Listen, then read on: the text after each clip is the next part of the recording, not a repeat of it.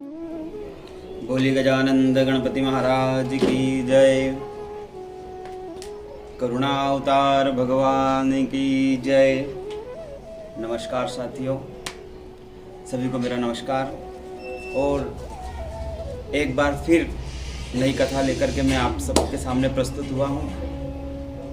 ये संसार सबका है, ये प्रसंग पे लेकर मैंने पूर्व में कथा बनाई, जिसमें आपका आशीर्वाद बहुत अच्छा मुझे मिला।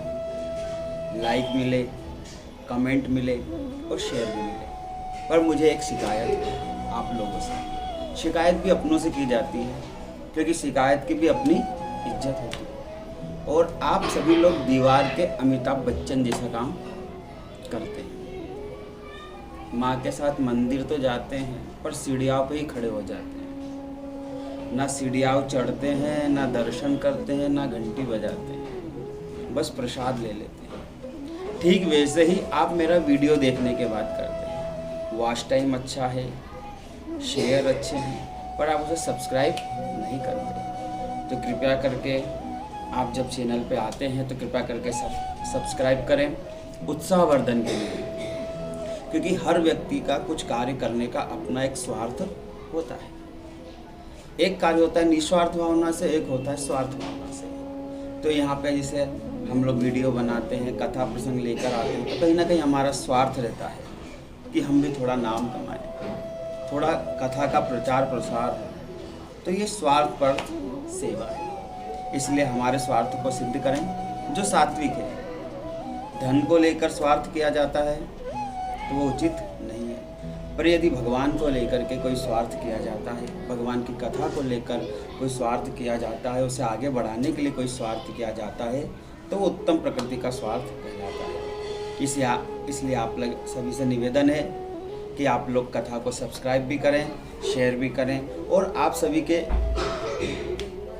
विचार मेरे पास व्हाट्सएप के माध्यम से प्रस्तुत होते रहते हैं, और वही विचार, वही जिज्ञासाएं, वही प्रश्न प्रेरणा बन के मुझे अगली कथा कहने की प्रेरणा देते हैं।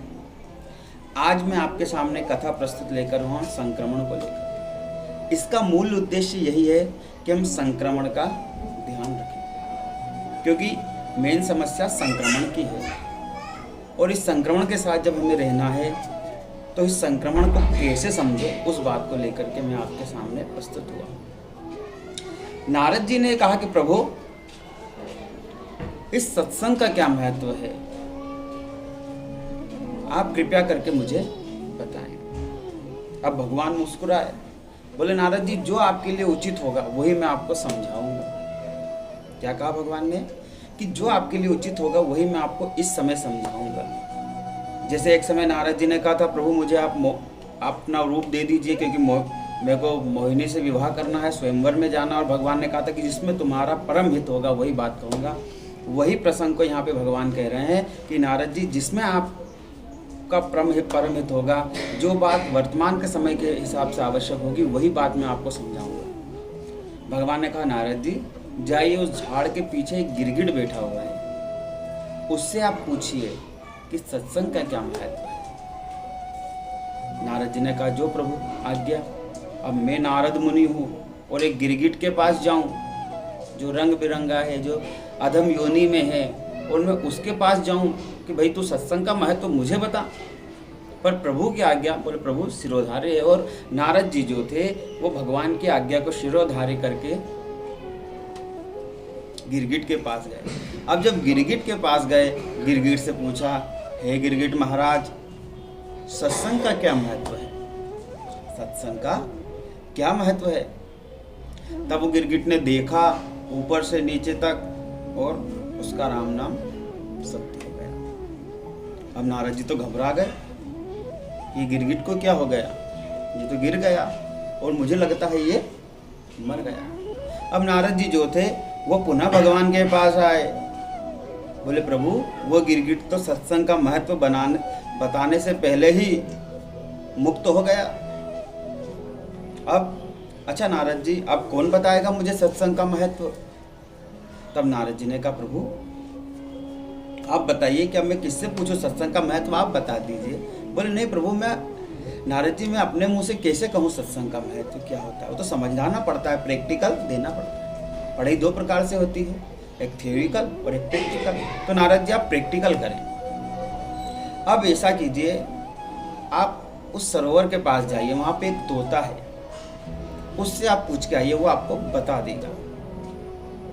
हम नारद जी पुनः सरोवर के पास आए और तोते से कहा, आप तो बहुत मीठी मीठी वाणी जानते हैं, बड़ी बड़ी बातें कर लेते हैं और एक बार जो सुन लेते हैं वही रट्टा करते रहते हैं, तोता रटन विद्या। तो आपको अवश्य पता होगा कि सत्संग का क्या महत्व है। अब तोते ने कहा सत्संग का महत्व, और नारद जी को ऊपर से देखा और नीचे तक देखा और उसके प्राण पखेरु उड़ गए। अब नारद जी फिर आश्चर्यचकित हो गए, अरे ये तोता भी हरिओम तत्सत।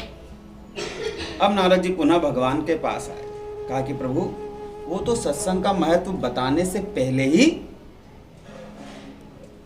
हरिओम तत्सत हो गया। अब तो कहा कि चलो अभी ऐसा करो नारद जी, वो भी तत्सत हो गया तो आप ऐसा करो, अभी राजा के यहाँ पे एक नवजात शिशु ने, बालक ने जन्म लिया है, आप उसके पास जाकर के पूछो उससे कि सत्संग का क्या महत्व है। अब प्रभु फिर भी आश्चर्यचकित वाणी से देखने लगे नारद जी को। नारद जी भी आश्चर्यचकित बोले, प्रभु आप मेरा कल्याण करें, परम कल्याण न करें। अगर मैं राजा के पास गया, उस नवजात शिशु से कुछ प्रश्न करा और वो भी गिरगिट और तोते की तरह कुछ उल्टा सीधा कम ज्यादा, समझ रहे हो ना बात को आप भगवान, कुछ हो गया तो वहीं पे वो राजा मेरे को मुक्ति बोध करा देगा, हरिओम तत्सत करा देगा। प्रभु आप कृपया करके मेरे पे कृपा करें, मेरी परीक्षा न ले। नारद जी से कहा, प्रभु नहीं आप नारद जी आप जाओ, पूछ के आप, कुछ नहीं होगा आपको। अब नारद जी घबराए, डरे और नवजात शिशु के पास। अब नवजात शिशु से जाकर के पूछते हैं कि हे बालक बताओ सत्संग का क्या महत्व है। अब वो नवजात शिशु थोड़ा सा मुस्कुराता है कि नारद जी अभी जो वर्तमान समय चल रहा है, अभी सत्संग का समय नहीं चल रहा है। क्यों? बोले नारद जी अभी तो कोरोना काल चल रहा है, लॉकडाउन चल रहा है, अभी तो संक्रमण का डर है, और आपके ही सत्संग के संक्रमण के कारण आप तो सोच रहे थे कि मैं सत्संग की बात कर रहा हूँ, मैं तो अच्छी बात कर रहा हूँ, पर आपके ही सत्संग संक्रमण के कारण मैं गिरगिट से तोता बना, तोता से नवजात शिशु बना, और अभी ये मेरे मनुष्य योनि में आया।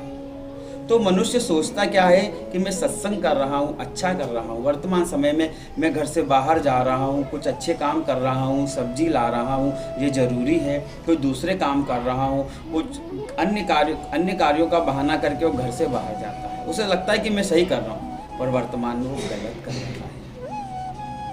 अभी सत्संग का समय नहीं है, अभी संक्रमण का समय है, इसीलिए इस संक्रमण का ध्यान रखें। अभी सत्संग, पूजा पाठ, जहाँ पे भीड़ इकट्ठा हो, जहाँ पे 4 लोग इकट्ठा हो, जहाँ पे हम नए व्यक्ति से मिले, इसका समय अभी नहीं है, भले ही वो कार्य अच्छा हो, क्योंकि अभी संक्रमण फैल रहा है। इसीलिए इस संक्रमण का ध्यान रखें।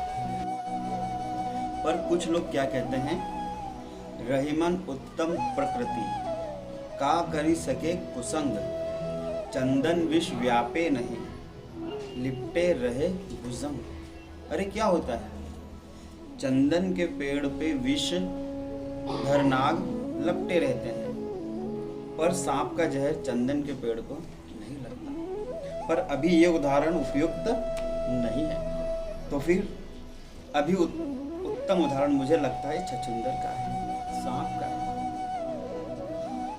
सांप यदि छछूंदर को पकड़ ले और यदि छोड़ दे तो वो अंधा हो जाता है, और यदि सांप छछूंदर को पकड़ ले, खा जाए, तो वो खुद भी मर जाता है। छोड़ेगा तो अंधा हो जाएगा, मार देगा, खा लेगा तो भी मर जाएगा। मतलब कुसंग में दोनों ही तरफ से पतन है। अर्थात अभी सत्संग का समय नहीं है, कुसंग में दोनों तरफ से मरना है।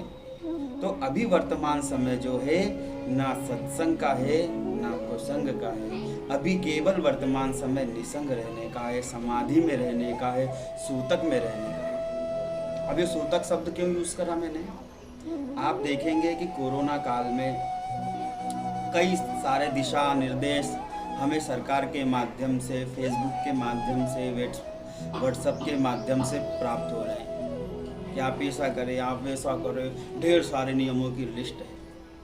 पर उन सभी नियमों को यदि मैं एक शब्द में कहना चाहूँ तो जो भारतवासी लोग हैं, जो भारत की जनता है, जो धार्मिक है, जो समझती है, उसका एकमात्र यही है कि हम सूतक में रहें। अब सूतक में हम किन किन नियमों का पालन करते हैं आप सभी जानते हैं। इसलिए जैसे सूतक में रहा जाता है वैसे ही हम रहें। घर में प्रवेश करने से पहले हम वहीं बाहर स्नान कर लेते हैं। एक स्नान घर के बाहर होता है और फिर एक स्नान घर के अंदर होता है।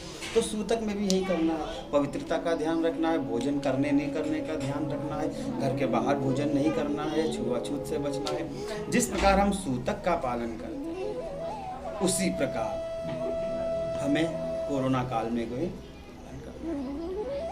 पहले हम लोग नमस्ते करते थे, फिर सभ्यता आई हाथ मिलाने वाली, और अब एक नई सभ्यता आई थी हाथ हिलाने वाली कि अब हम तुम्हारे नहीं हैं। अब ये सभ्यता भी खत्म कि हम तुम्हारे नहीं हैं, अब वापस से हाथ जोड़ने पे आ गए। इसलिए दूर से ही नमस्कार करें, दूर से ही रहें। जैसे किसी की पहले समय में आँख आ जाती थी, अभी भी आँख आ जाए तो क्या कहते थे, अब जाओ तुम छुट्टी ले लो, घर पे रहो, इसका संक्रमण फैलेगा, अब तुम्हें घर पे ही रहना है, क्योंकि तुमको कोई देखेगा तो उसकी भी आँख आ जाएगी। बीमारी में यही होता है ना, किसी की एक आंख आ जाए और सामने वाला उससे बात कर ले बिना चश्मे के तो उसकी भी आंख आती है। तो उसको क्या कहते थे, भाई अब तुम ऑफिस मत आना, दुकान मत आना, बाहर मत निकलना, घर पे रहना, चश्मा लगा के रहना, आंखों का ट्यूब डालना। ठीक उसी प्रकार इस कोरोना को भी हमें समझना है, सूतक में रहना है, बच के रहना है। और जिस तरीके से ये बीमारी फैल रही है तो लॉकडाउन तो एक ना एक दिन ख़त्म करना ही है। फिर हमें करना क्या है, उसके बचाव के लिए हम एक नए कथा प्रसंग को लेकर आपके सामने प्रस्तुत होंगे। यदि आपने चैनल को सब्सक्राइब नहीं किया है तो कृपया करके आप सभी से निवेदन है सब्सक्राइब करें उत्साहवर्धन के लिए, क्योंकि गंगा पुरानी है। आज भी जाएंगे तो हरिद्वार में गंगा पुरानी बह रही है, पर यदि हम उसमें डुबकी लगाएंगे और फिर दूसरी डुबकी लगाएंगे तो जिस पानी में हम पहले नहाए थे उस पानी में अब नहीं नहा पाएंगे, क्योंकि वो गंगा बह रही है। वैसे ये ज्ञान की गंगा सतत बहती रहे। आप चैनल को सब्सक्राइब करें। जय